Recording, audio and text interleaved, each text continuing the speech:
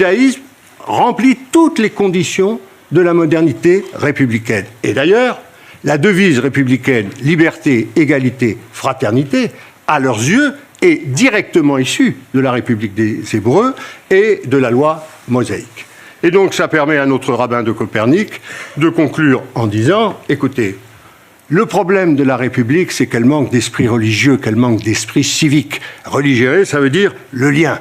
Il faut qu'on puisse fonder toujours dans une transcendance, ce que retrouvons d'ailleurs Lévinas et Rosenzweig, le lien immanent entre les êtres. Parce que si les êtres se prennent pour Dieu, ils font le pire. Donc il faut qu'il y ait quelque chose, mais dont personne ne peut se prévaloir. Je ne peux pas le nommer et il n'y a pas d'idole. C'est aussi la modernité. Et donc le rabbin conclut en disant, voilà, la République se cherche depuis longtemps, et la crise de l'affaire Dreyfus était prise comme une crise intellectuelle de la République, une religion. C'est bien une religion laïque, et la religion laïque, elle a un nom, c'est le judaïsme. Je conclus quand même en disant, pas n'importe lequel, parce qu'en vieillissant, on préfère mettre des pluriels, hein, laïcité au pluriel, judaïsme au pluriel, pas n'importe lequel, le judaïsme libéral, parce que c'est quand même le rabbin de Copernic. Il faut que le judaïsme se sépare de certains ornements inutiles, de certains, etc. Mais le judaïsme, ramené à l'essentiel de son message, peut donner cette religion dont la République a besoin et qu'elle cherche depuis la Révolution française.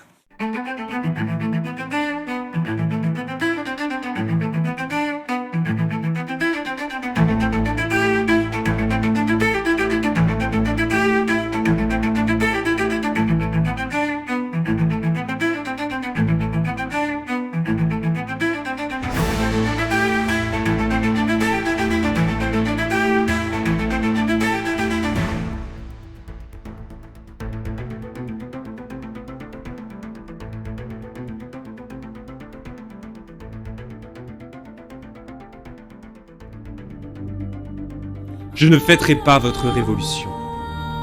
On ne célèbre pas le vol, le viol, le crime. Mais je prendrai le deuil de vos pauvres victimes.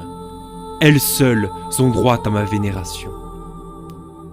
Je ne fêterai pas l'espérance trahie du peuple demandant l'arbitrage royal, jusqu'alors rendu juste, équitable et loyal.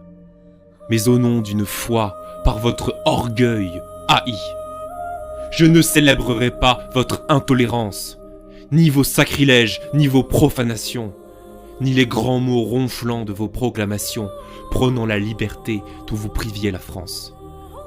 Je ne fêterai pas l'infâme Cordelier, faisant assassiner par sa triste colonne, en l'église du Luc, près de 600 personnes, dont 150 enfants réunis pour prier.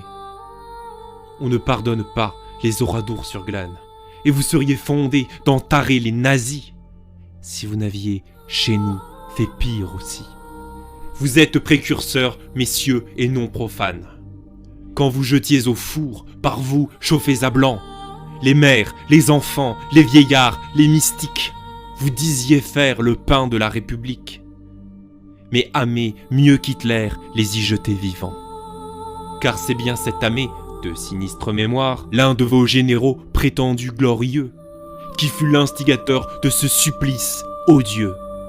Vous avez aussi, vous, eu vos fours crématoires, et Turreau trouvait tant de plaisir à ces jeux qu'il faisait ajouter, quand manquaient les dévotes, et malgré tous leurs cris, les femmes patriotes. Votre fraternité les unissait au feu. Je ne fêterai pas vos tanneries humaines, dont votre chirurgien Péquel fut l'écorcheur, ni son ami Langlois de Meudon le tanneur, ni votre grand Saint-Just disant qu'en ce domaine, peau d'homme vaut bien mieux que celle du chamois, que celle de la femme plus souple et plus fine. Vous étiez sans culotte, alors, ça se devine, vous vous en fîtes faire en peau de villageois. Quand vous abominiez les gardiens sataniques de l'affreux Buchenwald, écorchant de leur peau nos morts, les laissant nus en leur chair en lambeaux, avez-vous des remords ou restez-vous cyniques? Je ne fêterai pas les enterrés vivants, dans les puits de Clisson et ceux de Montbocage, ni du fameux Carrier les célèbres mariages voulus républicains, mais surtout révoltants. Attachant l'un à l'autre une fille et son père, une mère et son fils, un prêtre et une sœur.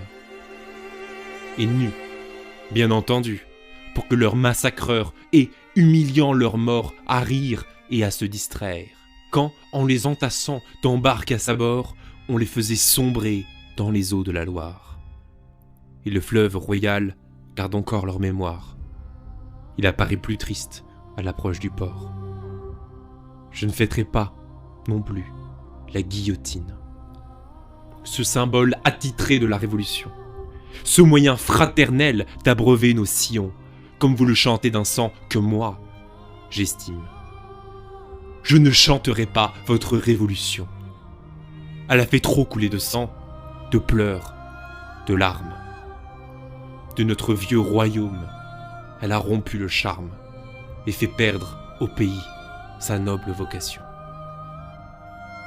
Vous avez tout brûlé chez nous. Châteaux, chaumières, étables et clochers. Vous traîniez les enfers pour faire du bocage un immense désert, sans une âme qui vive, et sans pierre sur pierre. Vous n'aviez pas pensé que tout le sang versé au terroir de l'amour serait semence vive. Il germe en attendant nos prochaines métives. Il fleurira demain épi de liberté. La liberté de croire en un Dieu qui pardonne et un ordre qui met au sommet le devoir, le courage et la foi. Qui veut que le pouvoir ne dépende jamais du nombre et de la somme. Aujourd'hui, nous pouvons vous juger à vos faits. Votre révolution a incendié notre terre. Elle a porté partout la misère et la guerre, quand le monde a jamais plus désiré la paix. Je ne peux pas célébrer votre révolution. On ne célèbre pas le vol, le viol, le crime. Je porterai le deuil de toutes ces victimes. Elles seules sont droites à ma vénération. Pierre d'Angle, janvier 1989.